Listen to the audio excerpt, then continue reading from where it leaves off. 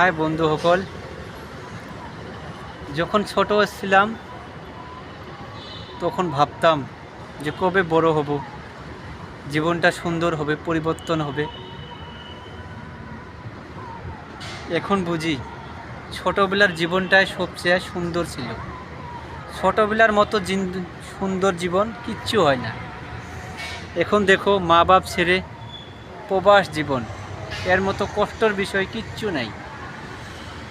প্রবাস জীবন বন্ধু, প্রবাস জীবন।